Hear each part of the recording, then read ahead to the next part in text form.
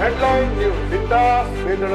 વડોદરા મહાનગરપાલિકાની આજરોજ મળેલી સામાન્ય સભામાં કોંગ્રેસ પક્ષના વોર્ડ નંબર 1ના કાઉન્સિલર પુષ્પાબેન વાઘેલાએ સ્મશાનના ખાનગીકરણ મુદ્દે રોષ ઠાલવી વિરોધ નોંધાવ્યો હતો.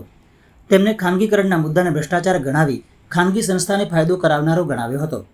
જે એજન્સીને કોન્ટ્રાક્ટ આપવામાં આવ્યો છે તે પોતાના માન્યતાઓને જ આપવામાં આવ્યો છે, જેથી આ મુદ્દે ભ્રષ્ટાચાર થવાનો જ છે.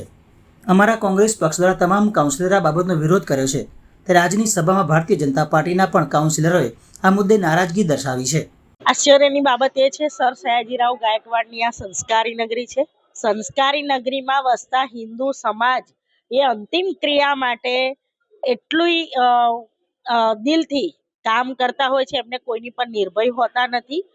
આ વડોદરા શહેરની એનજીઓ જે ટ્રસ્ટો, જે વર્ષો જૂના ટ્રસ્ટો છે, એ પણ સેવાભાવી કામ કરતા હતા, પરંતુ આમને એવું ન પસંદ પડતા એમણે તકલદી નિર્ણય કરીને વડોદરા શહેરના 31 સ્મશાનો જે સ્ટેન્ડિંગ કમિટી, સમગ્ર સભામાં પણ નહીં, સ્ટેન્ડિંગ કમિટીમાંથી બારોબાર મંજૂર કરીને આપી દીધા છે. એના બચાવ પક્ષે આજે પૂર્વ મેયરે ઉતર્યા અને ચેરમેન શ્રી પણ ઉતર્યા અને બીજા બધા એમના ભાજપના કાર્યકરો છે, એમણે એમના મોબાઈલથી એના સમર્થનમાં મેસેજો મૂક્યા છે. આ દુર્ભાગ્યપૂર્ણ કહેવાય. અને જો સ્ટેન્ડિંગ કમિટીની અંદર સભાસદો 12 હોય છે, 12 સભાસદોની રાય લેવામાં આવી હોત ને, તો આજે આ સભાની અંદર સ્ટેન્ડિંગ કમિટીના સભ્ય અમારા સાથી કોર્પોરેટર પરાક્રમસિંહ બાપુએ સૌથી પહેલા ઊભા થઈને અમે પુનર્વચી વિચાર કરવાની માંગ કરી.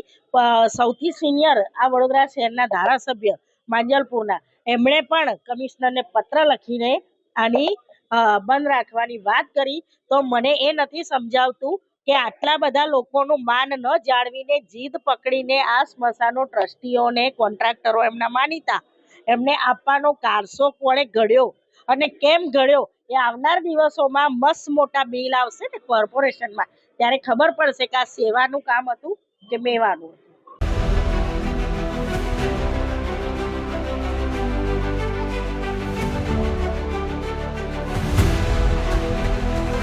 हर समस्या की डेट में हेडलाइन न्यूज विकास वेदड़.